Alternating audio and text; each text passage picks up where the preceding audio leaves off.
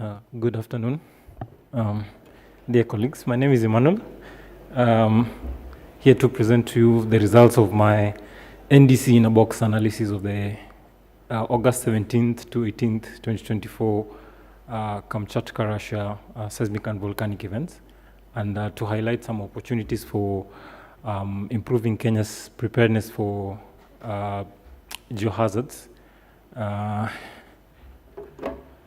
So on the evening of the 17th August 2024, a magnitude 6 earthquake at a 29-kilometer depth occurred about 102 kilometers southeast of the city of Petropavlovsk, Kamchatsky, Russia.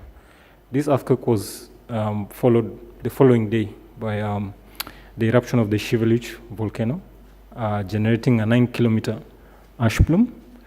The location of the earthquake is on the top right, while a photo of the volcanic eruption is at the bottom. In this study, I was able to access the raw seismic data, raw event data on the CTBTO secure web portal, cell 2 and cell 3, and to independently determine the location and azimuth parameters for this event using the NDC in a box suite. So in a nutshell, the objectives are to demonstrate the efficacy of the CTBTO IMS and the NDC in a box suite in geohazards detection and analysis, and to highlight, number 2 is to highlight the opportunities for improving Kenya's geohazards preparedness. So the first part for the data and methods was to access to the waveform, specifically for seismic data. So I was able to collect the waveform seismic data from the secure web portal, cell 2 database within the GeoTool application shown in the figure. We are able to import waveform data using the VDMS import option. So the data was for the 17th of August 2024 at around 10 minutes past 7 p.m. in the Kamchatka Peninsula.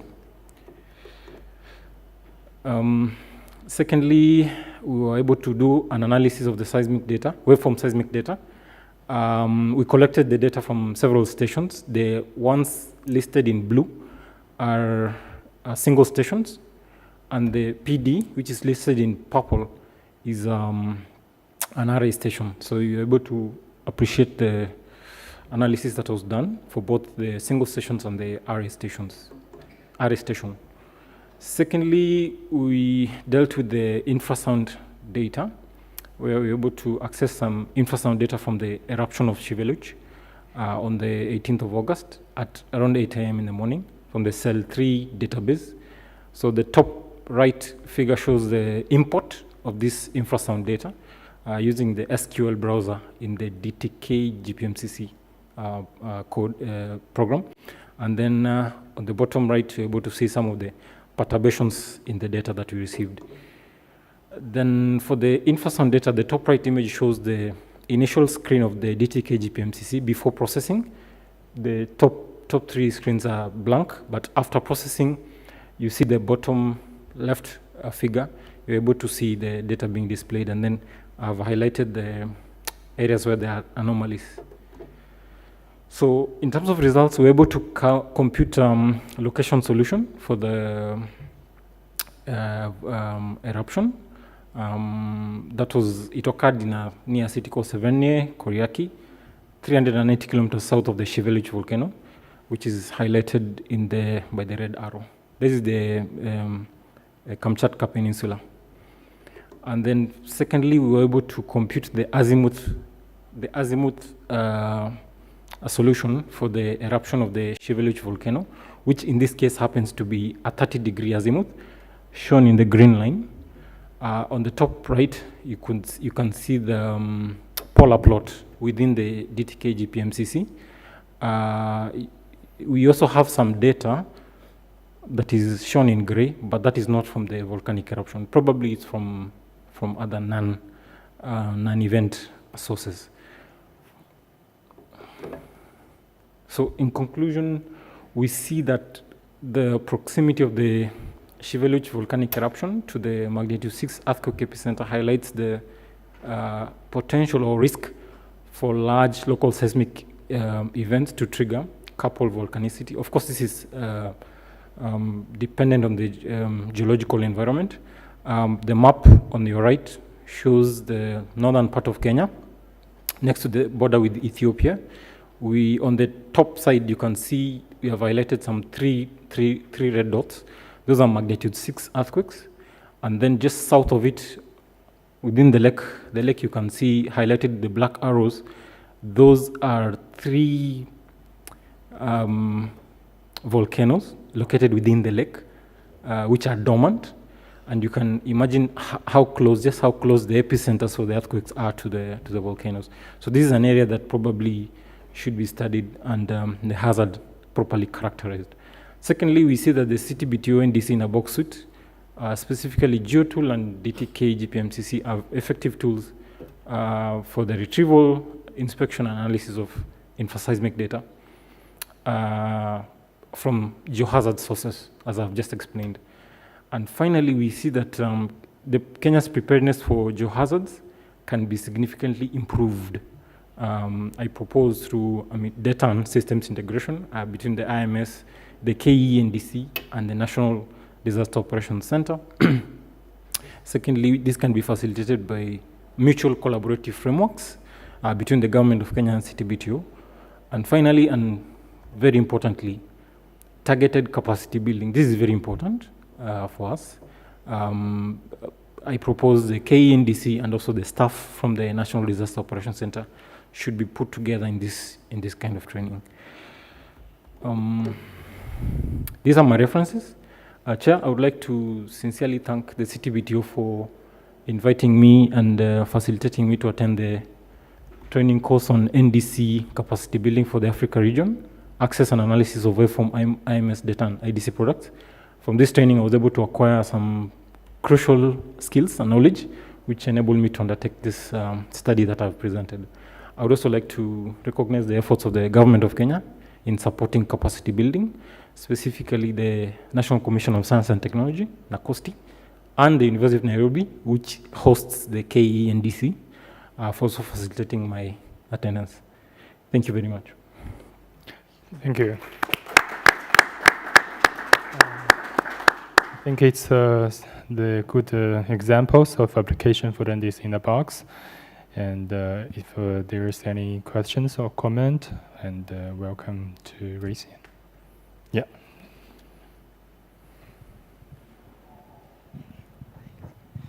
Emmanuel, many thanks for great presentation. I see that I realize that you have participated in the training course in Kenya, and you took kind of very good knowledge that allowed you to process this event.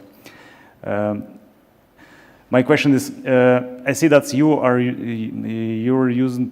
used cell bulletin, so automated bulletin for processing of this event and retrieving data and other related calculation. Is it intentionally or because it's kind of rep bulletin, reviewed event bulletin that reviewed by NDC analysts is more kind of robust in terms of calculations and locations? And another question is, maybe I missed what is the depth of this event, because it's located in the Kamchatka Peninsula, and it's supposed to have kind of, let's say, hundreds kilometers in depth. Mm-hmm.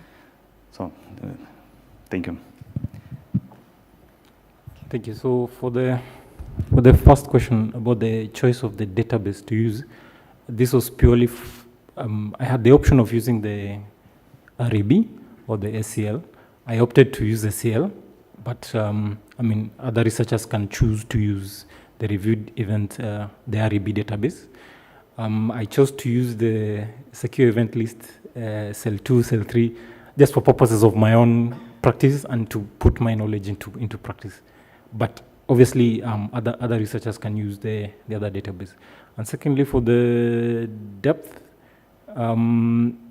for my case, the depth, I've not indicated it here, but my depth was not the same as the one reported by CTBTO. It was a bit deeper, in the orders of, I think, hundreds of kilometers, but I've not indicated that one here.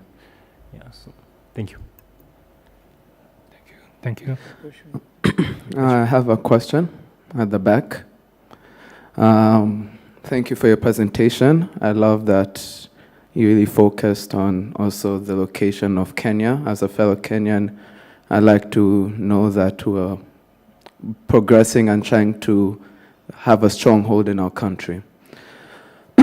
Regarding your objective of Kenya's preparedness for geohazards, what are some obstacles, challenges that you can observe with Kenya's governance? So of course you said there was the support from the scientific department. However, there's much more departments that need, let's say, approval, funding, such things. From your knowledge, your expertise and experience, what are some challenges that could be observed? Thank you very much for this question. That's a candid question, actually. I think from my observation, from the experience I've had in government is one challenge to getting this effective mechanism for response, detection and response to geohazards has been, there are many causes, but one of course is the finances. The way the funds are allocated in government may not sometimes favor good allocations towards geohazards and such kind of things. So one part of it is budgetary allocation. The other part of it is obviously the bureaucracy. I think there's too much bureaucracy, and if there's a way that can be streamlined, I think that would allow for better funding of such initiatives. Yeah, thank you. Thank you. Thank you.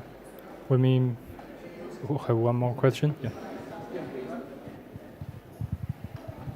Thank you very much. This is not really a question, but to appreciate Emmanuel and again to appreciate the PTS, CTBTO, Alex here for the granting us the opportunity to host the regional NDC capacity building training. Emmanuel is a seismologist, but after the time of the capacity building training, he had no knowledge of applying NDC in a box. And so we can see confidently now he can apply NDC in a box, and that's because of, as a result of the training which CTBTO granted Kenya to host. So I believe with this more training, especially the regional trainings, then more scientists can make use of IDC products and IMS data, and in addition to that, the IDC tools for analysis of data. Thank you very much. Thank you. Thank you for your comment.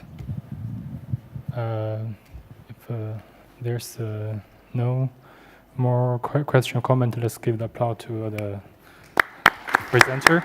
Thank you. Thank you.